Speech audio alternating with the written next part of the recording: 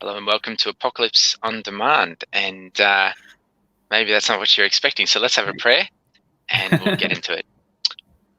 Father in heaven, Lord, I pray that you be with us as we study your word, especially about the apocalypse. I pray that you would teach us by your Spirit. In Jesus' name, amen. Amen. Okay, gentlemen, we have Adam and Leo joining me here. I'm Daniel. Hello. And we're going to be talking about the apocalypse. How's that? Yeah, that's all the disasters, isn't it? That's it. Something like that. Yeah, What a lot of people the hear word. with apocalypse. Yeah, the end of the world, all that kind of stuff, right? So Yeah. the word actually is the word revelation, which is referring to the last book in the Bible. But we won't start there. We're going to start a bit more basic. We're going to start with Daniel. Yeah, sounds good. So we're just going to talk about the book of Daniel, and we're going to go through it. We're just going to focus on the apocalyptic sections, and that's actually, I guess, the reason why I titled it Apocalypse on Demand, because we're going to be going through the apocalypses. And hopefully you'll be able to get some information about the apocalypses. We're not going to rush through this one, but we are going to try to focus on the actual prophetic sections rather than all the story behind it. The story is interesting. You should read it sometime, but that's not where we're going to focus. So maybe. So basically what we'll be speaking about is eschatology. Kind of, yeah. So when Daniel says apocalypse, which, like he said, is what we get the word revelation from in the end of the Bible, means a revealing, to reveal. And because God is able to tell the beginning from the end, we're going to look at the revelations of God. Yeah. Yeah. Okay. So we can probably just start in Daniel 2, verse 36. Maybe if someone wants to read that, maybe I can read it since you guys are. You haven't got it yet. So just to the context, there's a king and there's Daniel. Daniel is a prophet, but he's not, in any high position or whatever. He's basically a student. And the king is the king of a pagan empire, the Empire of Babylon. So verse 36, this is the dream, and now we will tell the interpretation of it before the king. You, O king, are a king of kings. The God of heaven has given you a kingdom, power, strength, and glory. And wherever the children of men dwell, or the beasts of the field and the birds of the heaven, he has given them into your hand and has made you ruler over them all. You are this head of gold. That's the first section. Now let me grab. There we go. You got a statue, Dan? Oh, nice. There we go. So, head of gold. It's not real gold. Sorry. Best I could do. All right, so yeah. So if the king is the head of gold, let's put this down here. What's that even mean? Yeah. It's interesting because, I mean, he has this dream. The king's had this dream, and now Daniel's been given the dream by God and the interpretation, and we're now in the interpretation. But it's what I love about this is, first of all, we don't really have to guess. Like this is not I think the head of gold represents. We don't have to do that. It's just plainly said for us in the interpretation, which is really nice. Yeah. And that's an important precedent as well, because with prophecy, usually it's pretty common for people just to read whatever meaning that they want into it. But at least in this instance, it actually explicitly says what the meaning is. So you can't change it. Interestingly, as soon as the Bible doesn't explicitly say what the meaning is, that's when people start to throw out whatever the Bible says and just put in their own interpretation. But no one can do that for this chapter because it actually says. That's right. All right. So the King Nebuchadnezzar is his name, right? The king is the head of gold. Now, why would it say that he is the head of gold when in the next verse 39, it says, but after you shall arise another kingdom inferior to yours, then another, a third kingdom of bronze, which shall rule over all the earth. So you see that you got the silver and then the bronze. Why is it that it said, you, O king, are this head of gold, and then it said that another kingdom will arise? Isn't that a bit of a contradiction? It's assuming that the head is a king, but then the other ones are kingdoms rather than kings. And it wasn't Nebuchadnezzar himself. There were other kings apart from Nebuchadnezzar and King of Babylon. Yeah. It's interesting. I suppose you could get confused, but I actually think that that verse that you read, kingdom, actually clarifies more than confuses. I suppose it's confused if you're looking for some way to discredit prophecy. But if you're already going, all right, let's follow this, let's see where it goes, let's see what God's trying to communicate, then it actually brings clarity. So when he says, you are this head of gold, well, who's Nebuchadnezzar? He's the king of the kingdom, so to speak, right? So he kind of represents the kingdom. And how do we know that? Because after you shall arise another kingdom, not the first kingdom. So another indicates that what I said of you, you are the first. And then there's another one. So it directly links kingdom to him being the king. If that makes any sense. I don't know if I've clearly articulated that or not. What do you think, Leo? Makes sense? Yeah, I actually think that's really interesting because I never pointed that out before. So I might be going a bit ahead, but basically, like, I was explaining to someone like how historical the Bible is, and I went straight to Daniel because we have Babylon and then these other kingdoms that have been historically shown to follow after. But other than that, it's like, I don't really know much about it. Like, I can only really talk about like the kingdoms that come after and stuff. So yeah, I'm pretty much clueless on my thoughts on this one. Yeah, not really sure. Yeah. It's an interesting story. I mean, we don't know a lot about this period of history, but we know a surprising amount, and that's partly from written records, but it's also partly from archaeology. And we still have some documents, some myths and legends and things like that preserved from this period. So that all of that kind of thing gives us a lot of information that we can get an idea of what was going on in this history. The Bible itself, of course, is one of those sources. I know people don't realize, but the Bible actually has got a lot of historical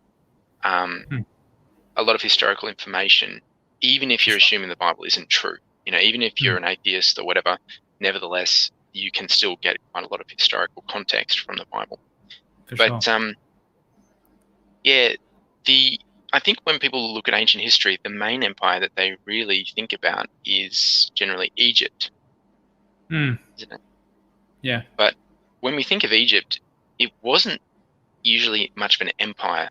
It was an empire at times, but they had a sort of more of an isolationist view of the world. And as long as they weren't being personally threatened, they didn't go up and conquer very much else. Interestingly, one place that they did tend to conquer was Israel. Yeah.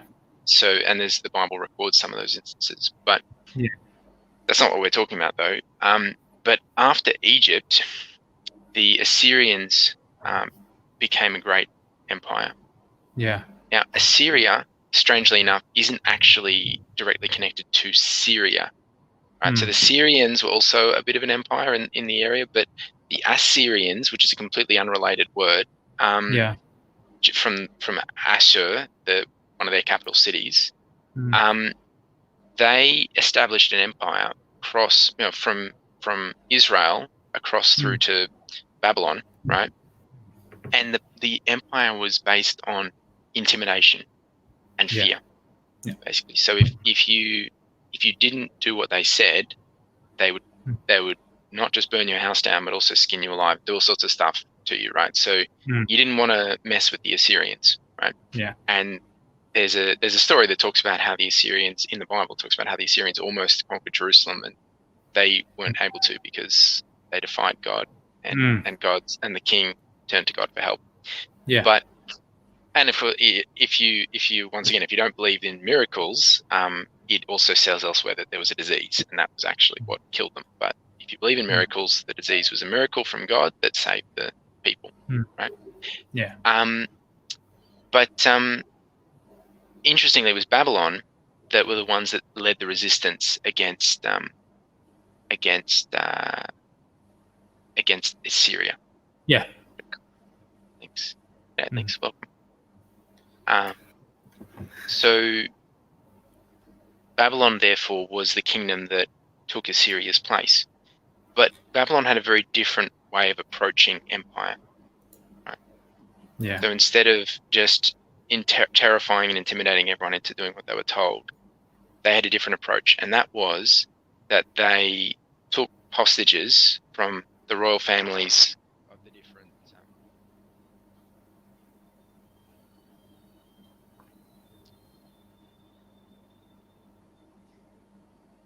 Oh, there he goes. There he goes. Okay. Yeah. Oh, there you That are. always You're back happens again. to Oh, there he is.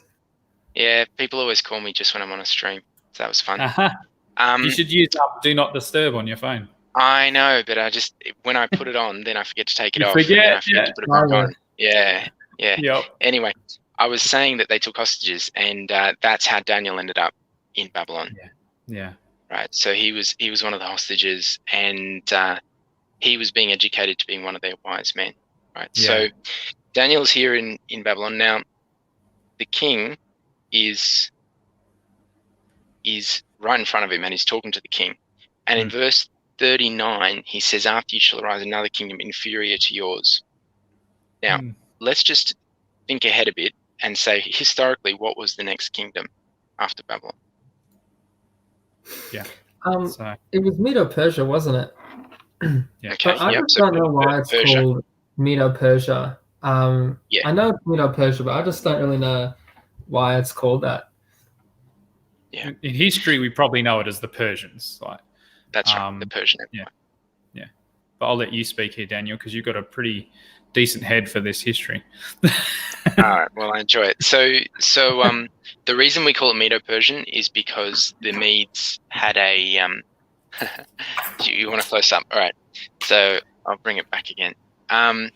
The Medes had a big part to play in the foundation of the Medo-Persian Empire, the Persian Empire. So there were like two different groups that were kind of allied with each other, and the Persians ended up becoming far more powerful. So they're the ones that history remembers, as opposed to the Medes. That's right. Yeah. Yeah. Thank you. Yeah, Right. that's pretty cool. Yeah. So, all right. So the Persian Empire came next. Now, in what way was the Persian Empire inferior to the Babylonian? Leo, what you thinking? Well, I'm not sure. Like, I mean, if we take a step back, just how they conquered Babylon. So just like I know there was like one instance where like the gates were opened under the city or something. Like, I'm not sure, the tide turned and there was someone named like Cyrus or something who led the charge, and they conquered Babylon that way. Was that the Persians? Yeah. That was Cyrus was the king of the Persians. That he was also the heir to the Mede throne. So he kind of combined them, and he led them to victory against Babylon through his cunning. Okay, so Cyrus was cunning, and he was clever, and his army was pretty good. They weren't able to take Babylon by force, but they took it by cunning. Yeah. But when I think about the empire, okay, let me put it a different way. Were there any areas in which the Persians were actually superior to the Babylonians? Well, I think perhaps in warfare, like, because like I know a lot of people turn back to that. I think the Persians, I'm not really quite sure like what made up their army and things like that, but from the war games that I've played, I'm pretty sure they had like really good archery, and I think they even used elephants at some point. I'm not sure. Carthage definitely did.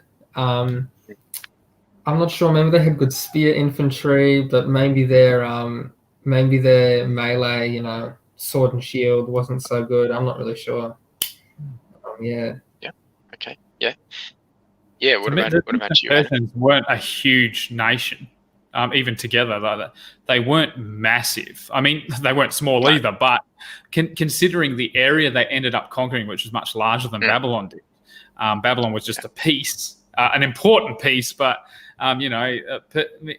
Persians went off into Egypt, above Babylon, even east, further east than the most own selves, into Asia and stuff like that. So they certainly conquered a much more. They were actually brilliant tacticians and communicators. They really learned how to communicate and really watch what's going on a really large distance with a small amount of people. They were quite brilliant. So they invented, like we think of Rome for roads, but actually the Medes and Persians actually developed roads and a mail system that was absolutely brilliant, that enabled them to communicate off of hundreds of Ks in very short amount of times, which is what gave them their benefit when it came to warfare. They were just, it must have almost been magic to some, to see how they would just be able to read what was going on and be prepared so quickly. But it was actually just really well worked out. Yeah, so they were quite brilliant in many respects. That's right. Yeah, that also involve literacy as well. Like they'd have to be really literate, perhaps as well, like with the mail system especially. So yeah, sorry. No, you're right. No, that's right. Okay, and so there were a lot of senses in which they were not inferior at all, but rather superior. Yeah. So you mentioned they're superior in their territory, they were superior in their technology, they were superior in their military power, they were superior in their wisdom, perhaps, their cunning. So some would say, well, they were inferior in their spirituality, in their faith, in their worshipping of God, right? Yeah. Now, Nebuchadnezzar seems to have had a bit of a conversion at some point, but he hasn't had it at this point. Fine. Yeah. But then in Daniel 6, verse 25 and 26, the Persian king says something similar to what Nebuchadnezzar, the Babylonian king, said. He says, "Then King Darius wrote, 'To all peoples, nations, and languages that dwell in all the earth, peace be multiplied to you. I make a decree that in every dominion of my kingdom men must tremble and fear before the God of Daniel. For he is the living God and steadfast forever. His kingdom is the one which shall not be destroyed, and his dominion shall endure to the end.'" Maybe you could say, well, that wasn't quite as good as what Nebuchadnezzar said, but that's a bit unfair. He only had a few years with Daniel, right? Okay, so I think it's possible that could be it, but I think there's another possibility, right? And we'll see if this fits as we go through. But just go up a few more verses further up. Well, here we go. Verse 15, right? So the king is in a situation, and that Daniel is going to be punished, thrown into the lion's den, right? You might have heard the story. And then these men approached the king and said to the king, "Know, O king, that it is the law of the Medes and Persians that no decree or statute which the king establishes may be changed." So, in fact, the verse before it says that he'd spent the whole day trying to save Daniel from the lion's den. Now, can you imagine Nebuchadnezzar? If you've ever, anyone that's read the stories of Daniel with Nebuchadnezzar and the fiery furnace, for example, where he throws the men in, and can you imagine that king having his servants say to him, "Sorry, mate, you said can't change it now." Sorry, mate. Yeah. Nebuchadnezzar did whatever he wanted. That's right. I think something we need to understand about the Persian Empire as well on that level is because with their actual original Persians, there wasn't enough of them to rule in a very present state the size of the area they overtook. So they really had to use, and we see it in the Bible, they call it satraps and stuff like that. These were guys even from other countries, like they could be Jews in Israel, they could be an Egyptian in Egypt, and all sorts of things. And they pay these guys, and these guys would collect revenue, and they'd kind of be overseeing the area because the Persians weren't big enough. And maybe I'd have to look into it more because I haven't actually looked into this, but from that level, they may have been inferior to Babylon. I'm not sure how big Babylon was, like as in actual Babylonians. So maybe you know. Yeah. But, Look, I don't know, but yeah. yeah, I don't know. I don't know either, so it's speculation on my part. But Yeah. Babylon yeah. was a bigger city, certainly, than any of the Persian cities, so there probably was Yeah. a larger population. Yeah. That's right. And on top of that, we know from the story of Esther, remember when they made that law to get rid of all the Jews? And when Ahasuerus found out, through Esther and that whole charade that he found out what was going on, he doesn't change the law. He can't. He can't. What he does is makes a new law and says, okay, well, Jews, you can stand up for yourselves. Yeah. You can fight back and you won't be in trouble. So there's an example where no power to change the law.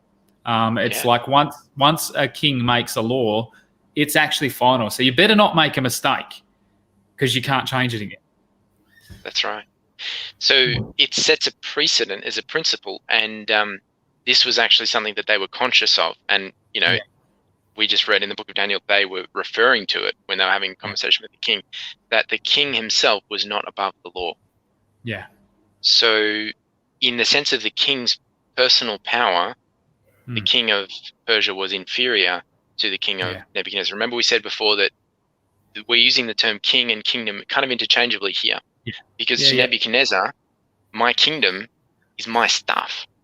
In fact, not just that, I am the kingdom. Yeah, I represent the kingdom. Yeah, the kingdom is simply an extension of me. And so to him, remember, this is a vision that he had, a dream that he had, that Daniel is interpreting for him.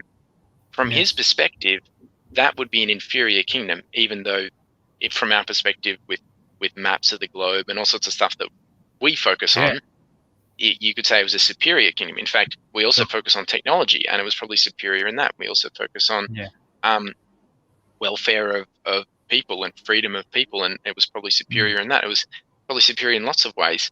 Yeah.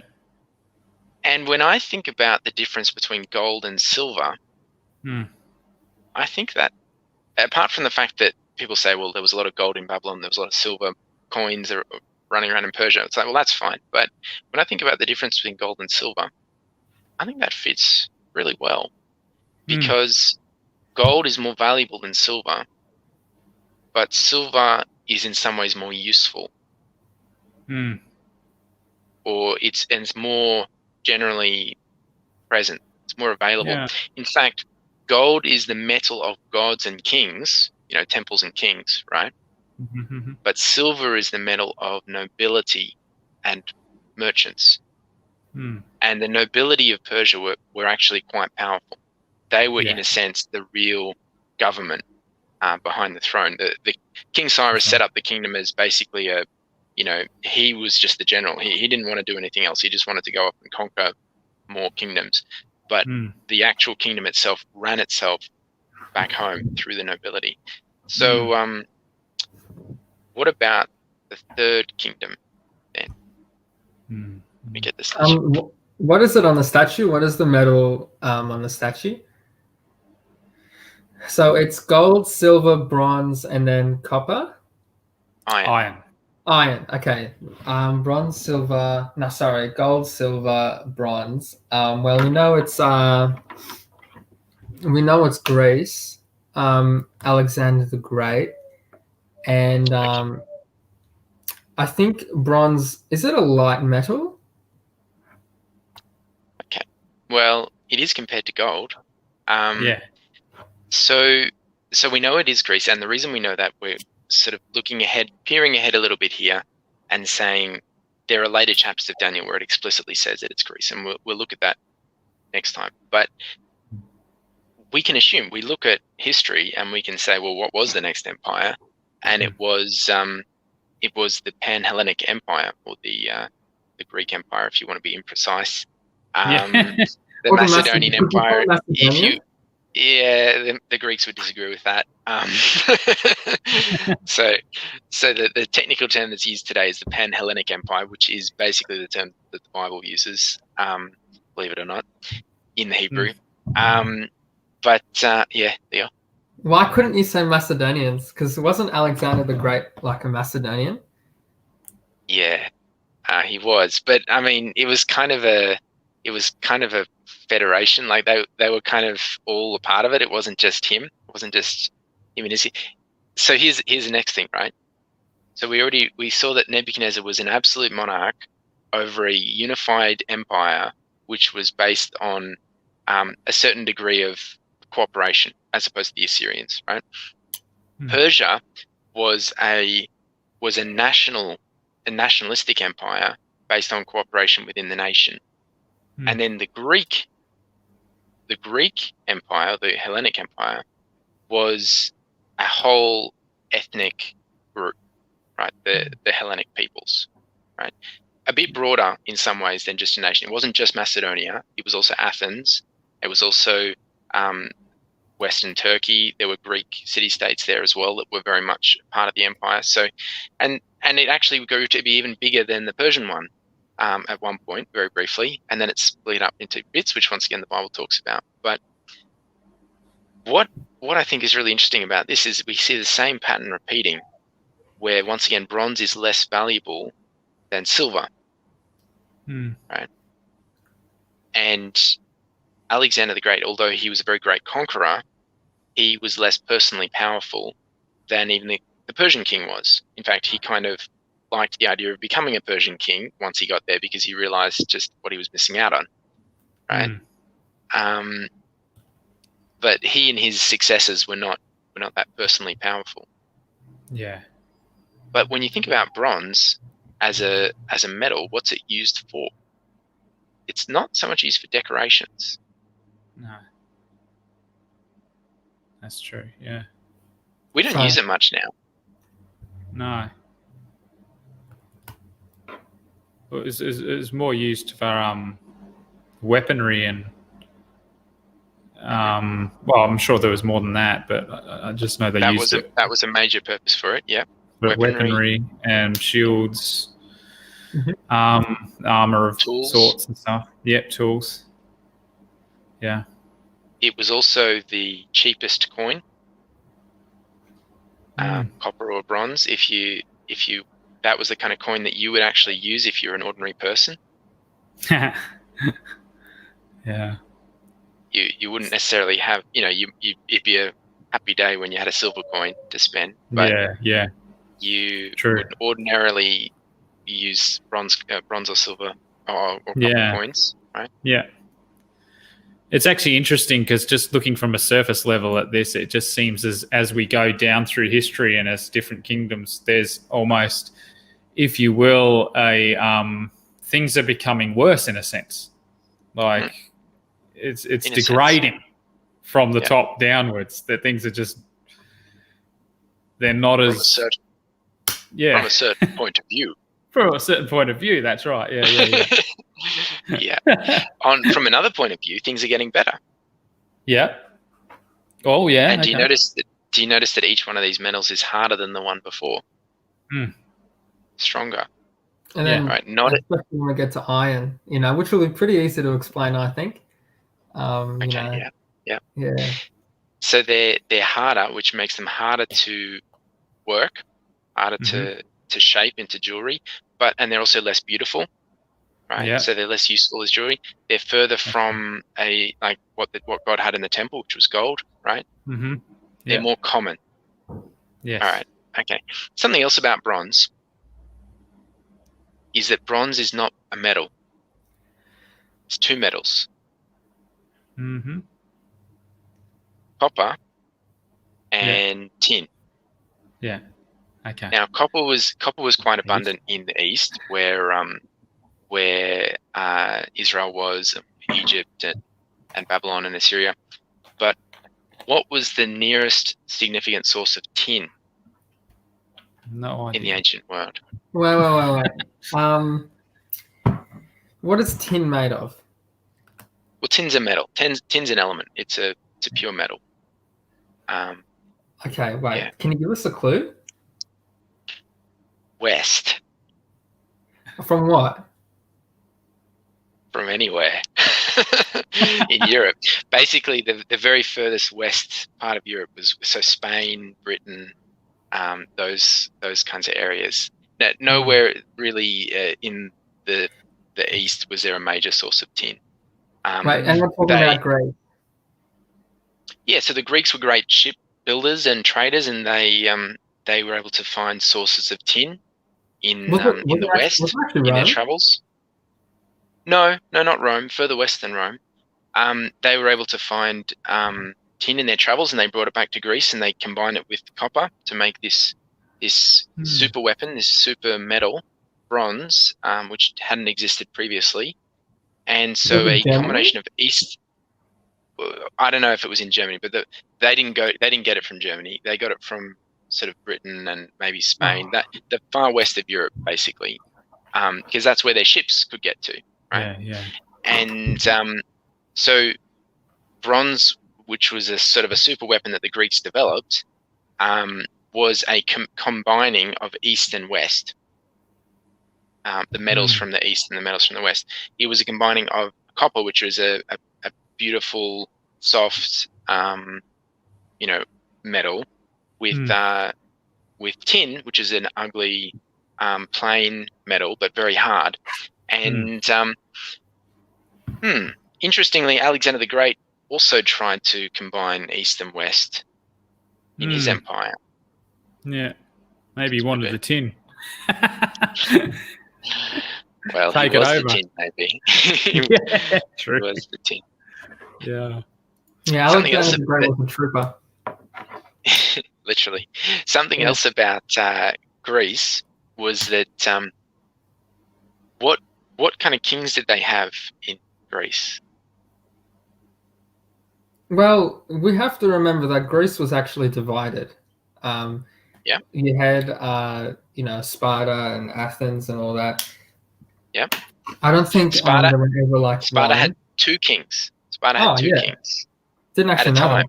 time. Yeah, two kings at a time. And how many did Athens have? It's going to be 4, isn't it? 4? None. Oh. So I guess Sparta should have lent them one, right? There was a whole. So basically, Sparta had two kings, but they were actually elected. It was a bit of a funny kind of election. It was whoever could shout the loudest. The supporters of whoever shouted the loudest won. But Athens had, Athens had the first democratic elections, right? But they didn't elect a king. They had archons and all sorts of other people, and that was actually direct democracy. It's quite different from what we have today. But so they would have an issue, and they would all vote on it as a community, basically. And people say, well, it didn't include these and it didn't include those. Yeah, but it included a lot more people than anything else that had been done before. It was quite radical, and it didn't last that long because they kind of tended to vote themselves, bad decisions from time to time, and there were lots of hostile monarchies around that didn't like the idea of democracy, and so they helped to set up a bit of a oligarchy where there's multiple nobles ruling. But the point is, compared to Persia, certainly Greece was much more democratic. The common people had a lot more prestige, and even in places like Sparta, where it was a monarchy, it was actually, there was still that sense of, the people having importance and a role to play. The kingdom wasn't simply an extension of the king or belonging to the king. It was a nation of citizens that were united together, that fought together. Leo wants to say something. No, I think it's just funny because I'm just imagining that. You're imagining a Spartan election? Yeah. All these people just shouting. That's how we should do it. I think sometimes that is how it's done, but a bit of shouting. That's true. That's true. That hasn't changed. Just an interesting side note, democracy wasn't totally, it was different in Greece than it was, but democracy was also introduced by the Persians when they were having trouble with the Asian countries in the East. They couldn't overtake them, so they introduced democracy. However, it wasn't the same. Don't mistake it for the same democracy that we're talking about in Greece. Democracy is very interesting. It works well when it is from the people. It's a whole new bag of fish when it's just an illusion and it's actually put in as a control measure, which is what the Persians used it as. to give the illusion of Yeah. freedom when in reality the Persians were in control. But yeah, that's a side note. That's not really important to this prophecy, but Well, maybe it is. All right. So yeah, we'll see. So all right. Can I So just ask a quick here? Yeah, go on. So was Rome like it wasn't a democracy, wasn't it? It was. Hmm. You're going to get Daniel started. He knows a lot about this. He knows a lot about it. It's quite interesting, actually. But that was just an earthquake. No, that was just my foot. All right. So, good question, Leon. So we don't stop at the thighs. We go to the legs of iron. Now, we actually haven't read that section yet. So let's read chapter 2, verse 40. Do you want me to read it, or? Sure, if you got it. And the fourth kingdom shall be strong as iron, for as much as iron breaks in pieces and subdues all things, and as iron that breaks all these, shall it break in pieces and bruise. Now, interestingly, at this point in the prophecy, it doesn't actually say that iron is less valuable than gold. No. Which is actually kind of obvious when you know history, because iron wasn't like gold in the sense that people didn't make jewelry out of it, hardly. Yeah. But it was not cheap. Today, we put iron into everything, and we have massive mines and massive foundries. You know, we can produce iron like crazy now, thanks to coal and all the other stuff that we burn to power our machines and stuff. But back in those days, producing iron was very costly and very labor intensive. So it was actually, it was not so much that it was valuable. It wasn't necessarily terribly valuable, but it was quite rare. It wasn't a commonplace item. Now, interestingly, the Spartans actually used iron as their coinage. Pretty sure it was iron, yeah. But that was really more to say something about themselves than and to prevent anyone from having too much money, rather than because it was practical, because it wasn't a very practical metal, right? But every now and then you would find someone would get a iron weapon of some kind. It was known to exist. It was around, but it was very brittle and it was only limited in its usefulness. It had to be very well made to be useful. But anyway, it was recognized to be extremely strong, extremely hard, and it's described here as breaking in pieces everything, right? So these people knew what iron was. This is not a mistranslation. This is not misunderstanding. This really is talking about iron. It's very hard. And, forms of iron, like steel and, carbonized iron, they're actually still basically the best thing that we have to this day if you want to do some damage to things. So this is absolutely right. This does smash everything. Even diamond, although it's harder, it tends to shatter more. It's not as strong as iron, right? So this iron, what relationship does the iron have to the other metals? Leo, you want to say something?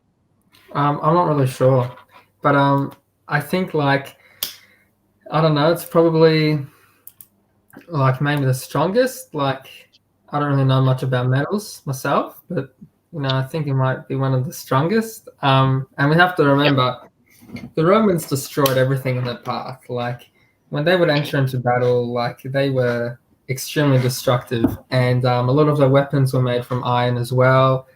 And you had the Triarii and the Hastati, and they just charge in and kill everything. Literally, they were ruthless. Yeah. And that's why a lot of empires really feared them. So yeah.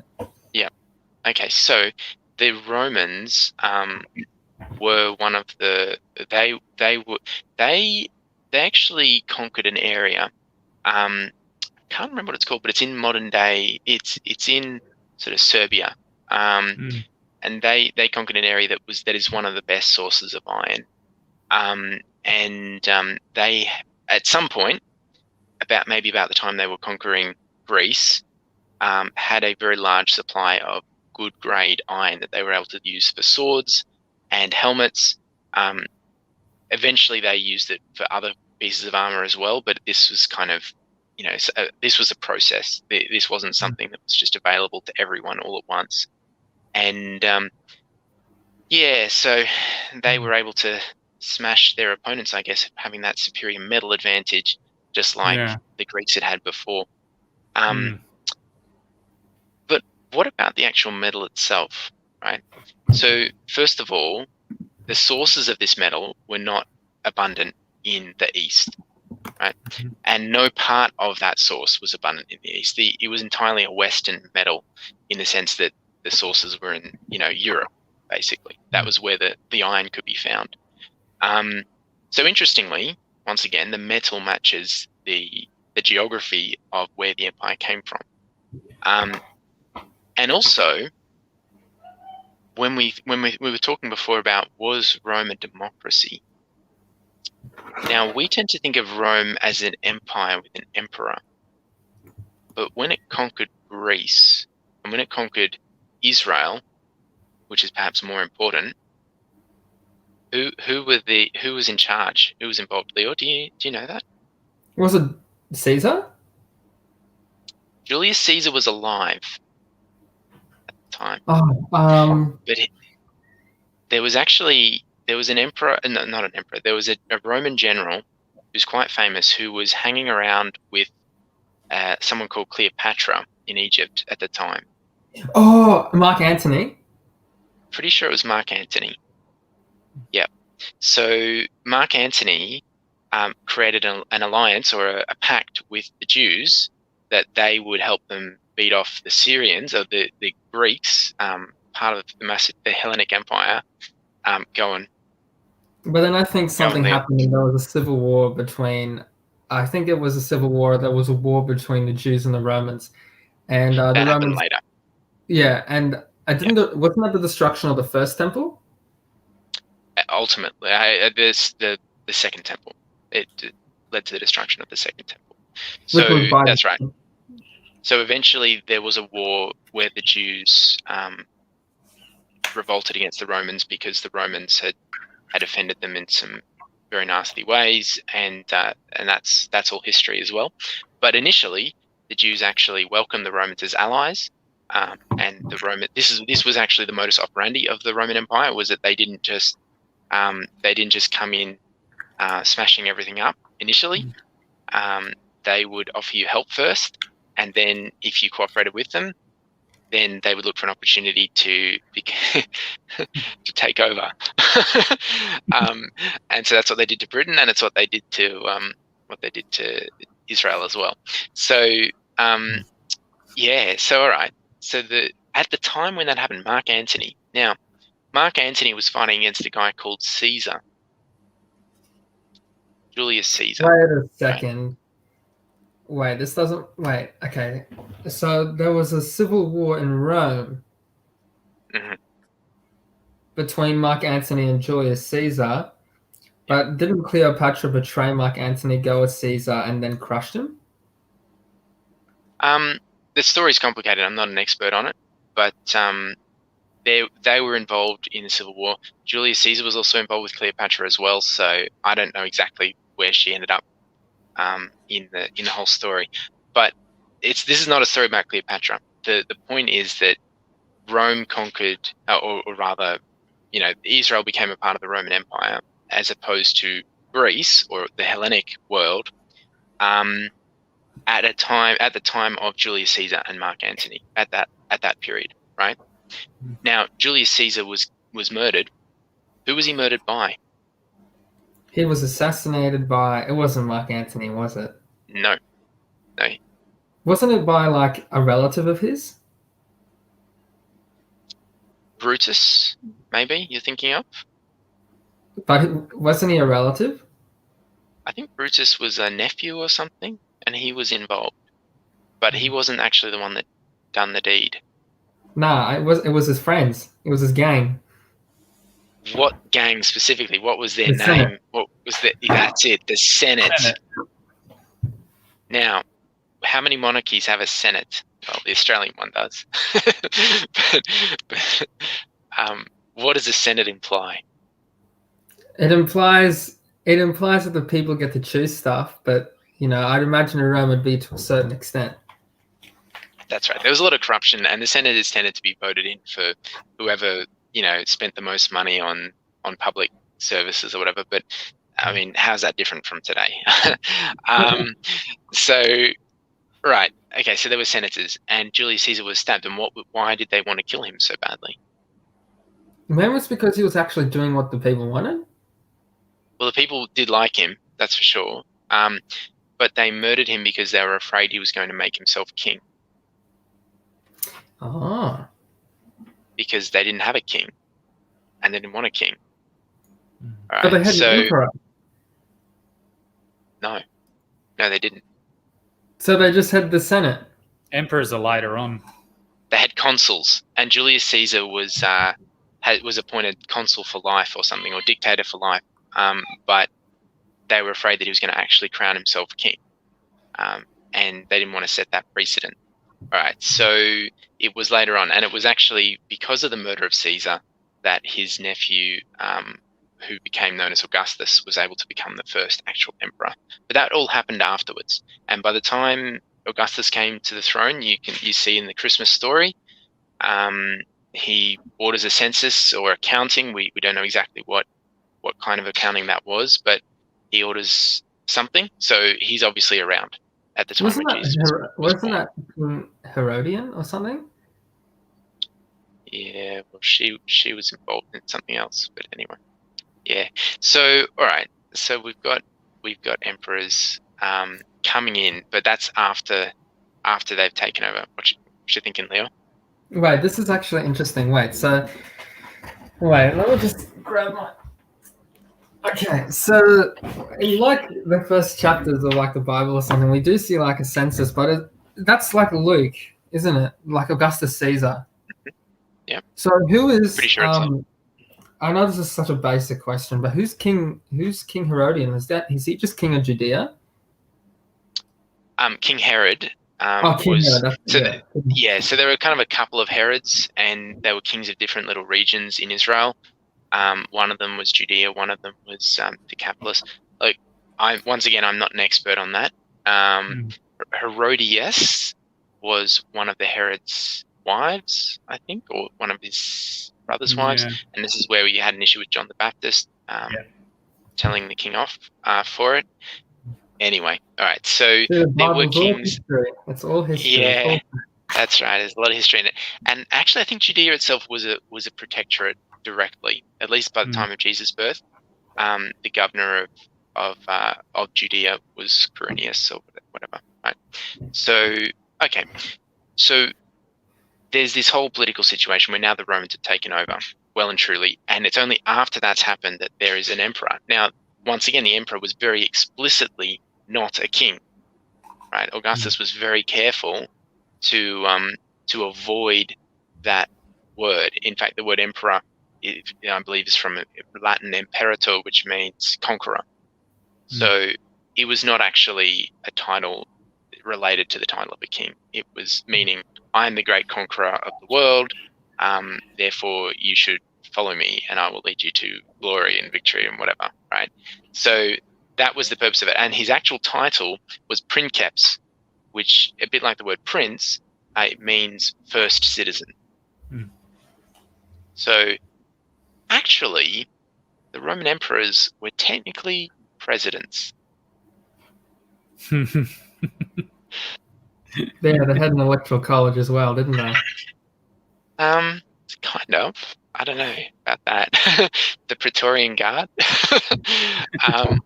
But anyway, so Rome, no, it wasn't a monarchy. It was a monarchy, and it was a democracy, and it wasn't a democracy. But one thing that was for certain, it was very Western, and it was very powerful. And did it fall? Yes and no. Who was the next empire after well, we had the Gauls. The Gauls. We had the Visigoths. You mean Asterix? We had all the German tribes because And you remember at the Battle of Teutoburg Forest where he lost all his legions. I think it was like a virus, a Gyrus, give me back my legions or something. So very powerful. And they lost to True. them because I'm pretty sure there was inflation within the Roman Empire. They kept on hiring mercenaries. They kept on losing territory, which naturally leads to loss of income and resources. And a lot of Romans, I even think, a lot of the mercenaries turned on the Romans as well. They eventually fell, and that's when we get to the toes of the statue, where they split into 10, I believe. So we better read that next verse. Yeah. Sorry, Adam. Just to you can add something to that. Like in a sense, no. In answer to your question, was the next kingdom? There is no next kingdom. In fact, it can be argued Rome still is there. Rome hasn't disappeared. Wait a second. All right. Okay. So all of that took hundreds of years. All right. Yeah. But all of that happened. Not thousands. No, about 500 years. All right. So, verse 41. Who's reading it? Oh. Yeah. Give me a sec. Daniel 41. Oh, wait, is this Daniel 4? This is Daniel 2. Daniel 2. Daniel 2. Daniel 2. Daniel chapter 41. Okay. What do I read up to? Just verse 41. Okay. Just as he saw that the feet and toes were partly of baked clay and partly of iron, so this will be a divided kingdom. Yet it will have some of the strength of iron in it, even as he saw iron mixed with clay.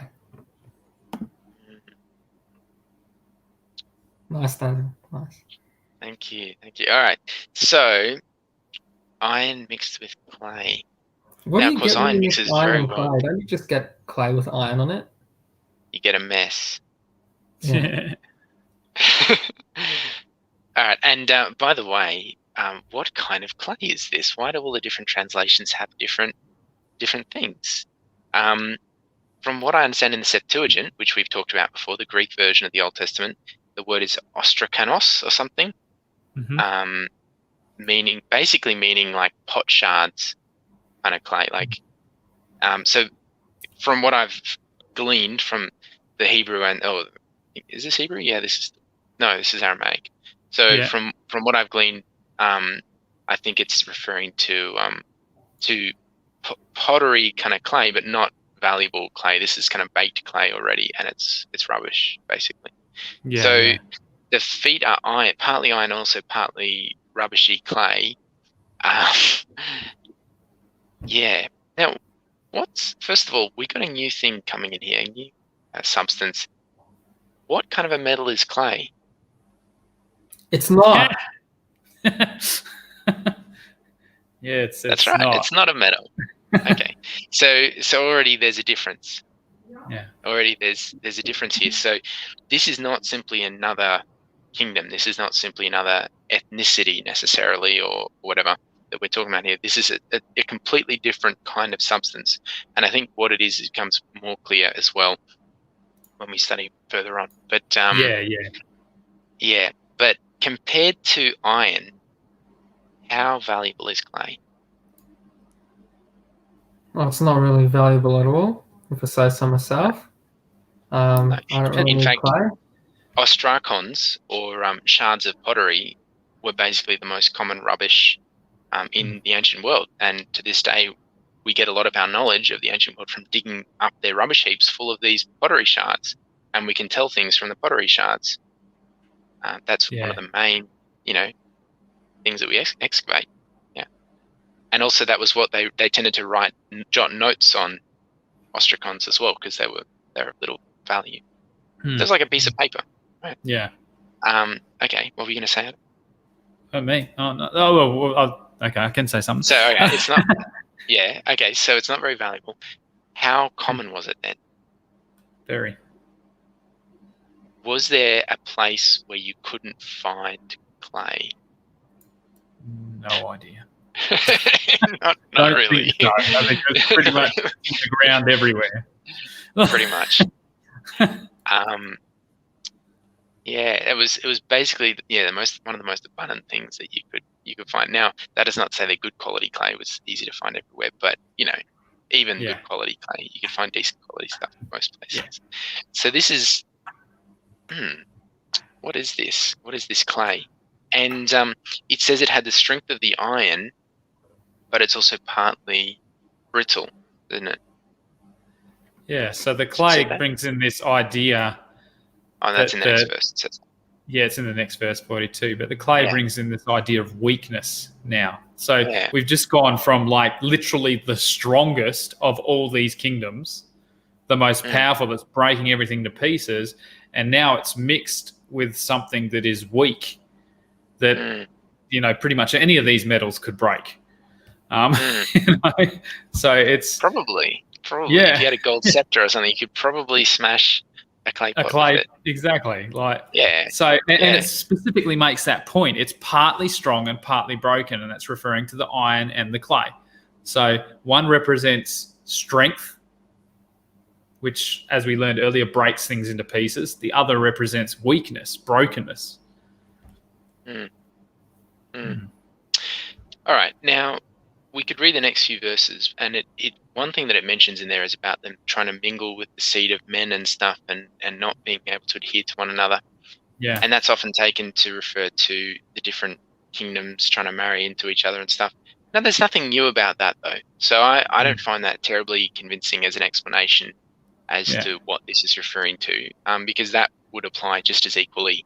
Alexander the Great married they all did it. a Eastern princess, and it was common practice. The Roman, I don't know who the Roman emperors married. They tended to just adopt their heirs. I don't know what was going on with them, but anyway, they were different. Yeah. Sometimes anyway, I think this stuff was common. Yeah. I think sometimes we try to go too far in these symbols and go beyond what's actually just spelled out for us. And the reality is, what does it mean by mix? It tells you they will not stay together, just as iron and clay do not stay together. In other words, whatever it may be, they're trying to stay together, but it's just not happening. There's a problem. It's not happening. Or trying to unify, because up until this point, it was all gold, then it was all silver, then it was all bronze, then it was all iron, and now suddenly there's not that coherence anymore. But iron hasn't disappeared. Iron is still there. It's just not as strong as it was in the legs. So it's interesting because it says it's got the strength of the iron, but at the same time, it's also got some sort of a fragility point, some sort of a weakness. Yeah, and that seems to be unity is the weakness. It's not a unified empire anymore. It's now many strong little empires, perhaps you could say. And of course, for those who are into their history, after the Roman Empire did kind of fall, but it was replaced by a whole bunch of little empires that all tried to claim a connection to the Roman Empire. They didn't say we're a totally new thing. There was the Holy Roman Empire, which was the old name for Germany, basically. Yeah. The British Empire claimed a connection to the Roman Empire. The Russians, of course, the Tsars, claimed a connection to Caesar. Yeah. And of course, the Eastern Roman Empire claimed to be the actual Roman Empire, and it had a bit of a case to make for it. And there was also a religious empire that claimed that too, the Roman Catholic Church. What do you think, Leo? Yeah, we also have to remember that it wasn't actually the Roman Empire that was conquered; it was the Western Roman Empire, because you had the split between the West and the East. And then the East became the Ottoman, became the Byzantines, and then the Byzantines the Ottomans, and then it just kind of split up. So I think with the Eastern Roman Empire, it's important not to put too much of our modern perspective on history back onto the situation and try to see it a bit from the point of view of Nebuchadnezzar and Daniel as the prophecy is being given. I think that as a principle will help us with the prophecies if we try to think of it in the context of the day. I don't think if Daniel, for example, had seen a a vision of the Jewish community in Elephantine in Egypt, and God had said, "It's all right, Daniel. Your kingdom is still perfectly fine. It's right there. Your people are still no problem." He would have said, "No, but look at Jerusalem. It's in ruins. Look, look at Judah. It's out. The land that we were promised isn't there." Same with Nebuchadnezzar. I don't think if he had a little, outpost somewhere, that he would actually consider that to be his empire preserved. The capital made a difference. The capital mattered. And with Rome itself sacked and then under the control of barbarians, I don't think Greek-speaking outpost of the Roman Empire that happened to be a lot wealthier and therefore more resilient, I don't think that really counts as therefore the empire actually never fell at all.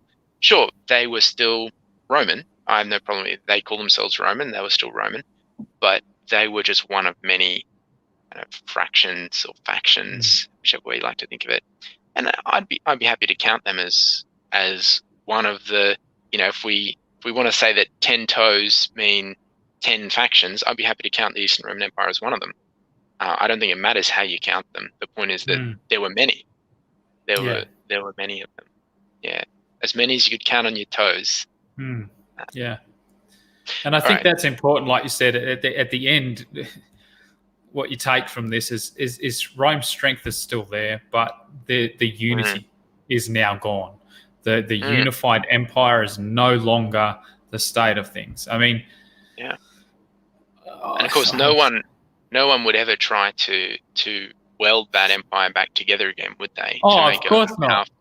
No, not at all. No. And no one would dare call it like, hey, no one would say like, hey, we're united. Let's call ourselves the United Nation. Oh, wait, sex. Or the European Union, right? Yeah, the European Union. Well, that's the latest one, right? Yeah. Or to go back a little further, you wouldn't call it the Third Empire, wouldn't you? No, not at all. I mean, for those that speak German, the Third Reich. No, exactly. No one would be that defiant in the face of the fact that it's still not unified. But they tried. And Holy Roman Empire, Napoleon, Mussolini as well wanted to rebuild their own. So there's been this ongoing desire to reunify Europe and to reunify the whole world, but God has a slightly different plan.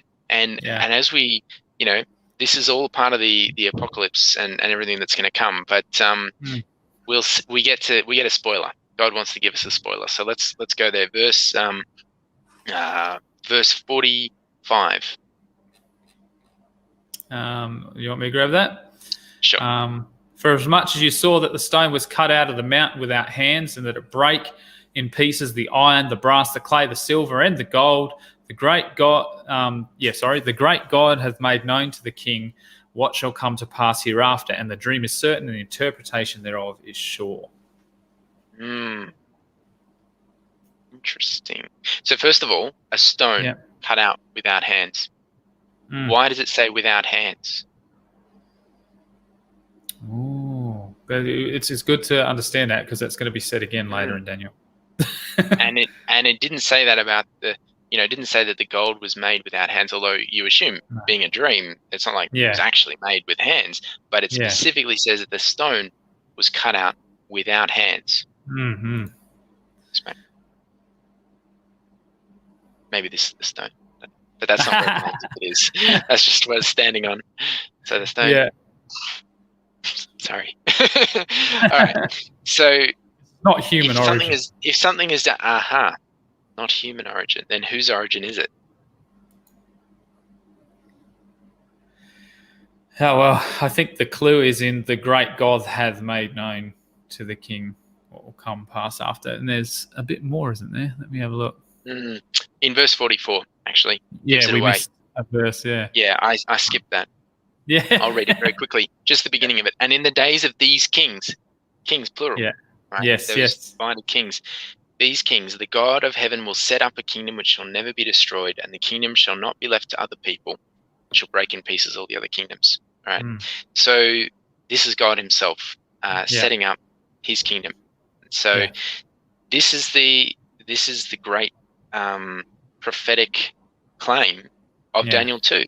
is that there is Babylon, there is Persia, there is Greece, there is Rome, and then there's a division in the Roman Empire, and then God comes.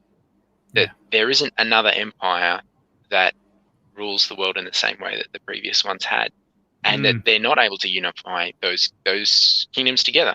And so that's a big claim, really, considering that before, there'd been Egypt, there'd been Assyria, there'd been Babylon, and Babylon is just one of many. Well, it says, no, but there's just going to be Babylon, Persia, Greece, and then Rome, and that will just divide. There won't be another empire that will come in out of nowhere like Rome and Greece did. When this prophecy was made, Rome and Greece were just insignificant little backwaters. Now, obviously, you could say, well, you're just fitting that into, well, fine.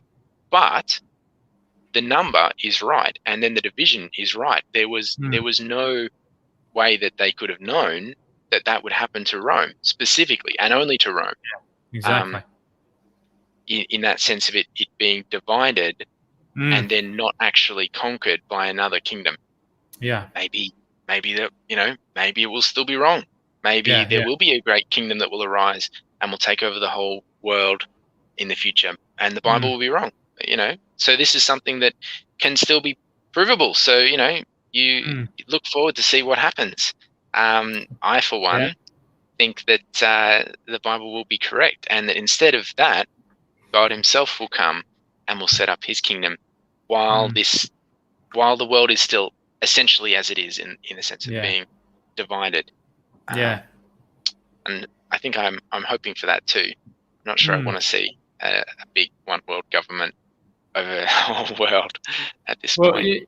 We haven't got there, and I suppose we shouldn't discuss it too much, but we are going to learn later in Revelation that while the world will remain in this state of never clinging together, there will be a uniting for a purpose for a time. But it won't be a uniting as in a one kingdom, it won't be that kind of uniting, because we're told here that to the end, they're going to be divided. There's going to be weakness within that strength. So, but that's another story altogether. Speaking of the weakness. Yeah. Speaking of the weakness. Sorry, do you want to make a quick point? No, you go. I can just make my point later. Speaking of the weakness. Now, first of all, what kind of metal is rock? It's rock. Well, it's very, very natural. Yeah. Rocks are... That's very diplomatic. Rocks is everywhere. Don't worry about offending the rock. Rocks aren't everywhere. No, they're everywhere except one place. But they're not a metal. What kind of No, they're not a metal, exactly. Just like what? Clay. Just like clay. Yeah. Right. In fact, clay is ground up rock that's wet. So rock is made of various minerals. One of them can make sand, but another one can make clay, right? And so there's a connection between rock and clay. And now also, when you look in verse 45, you notice how it lists all the different minerals? Yeah. In 45? It makes a mistake in the list. Do you see the mistake? Wait a second. That is the iron, the brass, the clay, the silver, and the gold. I've missed the mistake. Enlighten us. I don't see it. I mean, I see all the different elements. According to our wisdom and our understanding, how would we list these minerals? Well, no, because the rock breaks the iron, but it's not an actual. It can't do that because it's not a metal. It's not strong at all. Well, a fast enough moving rock could break iron, like a meteorite or something. It's in reverse order. Is that what you're getting at? A rock breaks clay? Okay, it's in reverse order. So it starts with clay. Okay. The silver. Adam's thinking. All right. So in our wisdom, we would say gold, silver, bronze, iron, clay. Yeah, right? Yeah. Well, if it's in reverse order, it would go clay, iron, bronze, silver, gold. It's not actually like that, so mate. Iron first. All right. Where is clay? It starts clay is after brass. Why is it after brass? You tell me. I don't know. You got me on it. You know something I don't. in Hebrew poetry, Yeah. when something is in the middle, what does it signify? It's a chiastic. I think it's more important. It's the most important. It's the most important, yeah. So what is it drawing our attention to that the stone it also smashes? It's not that it doesn't smash the other things, it does, but it also smashes the clay. And the clay is the thing that resembles the rock the most, but it isn't the same as the rock. Yeah, okay. And in the Bible, God often calls his people clay. That's true. But this isn't really God's people. This is a different version of it. Well, that certainly fits with things we'll be looking at in Revelation. So I see. Even Daniel later. You have to hold on, and that's right. You have to hold on, and we'll talk about it again later. We're out of time, but it's not a mistake. No, they didn't put it in the wrong order, but they put it in a special order for a purpose, I believe. Yeah. And that is to draw our attention to the fact that even the clay is, which once again, this is an image of political power, not necessarily just monarchies, but political power, and a political power that claims to represent God is destroyed along with all the others. Now, that doesn't mean that everyone involved in that is evil, or that they're going to be, judged by God in a bad way. But all political powers, whether righteous or unrighteous, and speaking of which, once again, some of those iron kings and queens have been more righteous people than Alexander the Great, who claimed to be a god. So, this is not saying that, everyone here is evil. But these are the political powers that have ruled the world over the years, and God will come and he will destroy them all. Yeah. They'll all be wiped clean, all be gone. God himself will set up a kingdom that can never be destroyed. Just as stone, despite the fact that it maybe isn't as hard as iron, it will last an awfully long time. And you know the one place where you can't find any stone? Where is it?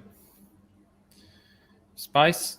No, there's even okay. Lots of stone in space. Yeah, that's why I recant. What did you say, Leo?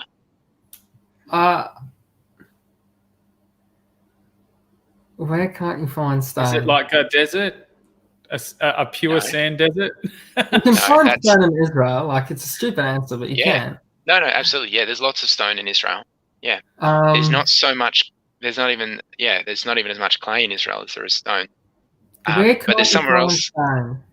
There's somewhere where there's a lot of clay, but no stone. Is it the ocean? No, there's lots of stone in the ocean. I'm lost, Daniel. I'm lost. They keep on throwing these questions at us. They built a very big tower and they didn't have stone, so they used clay bricks. Like Babylon.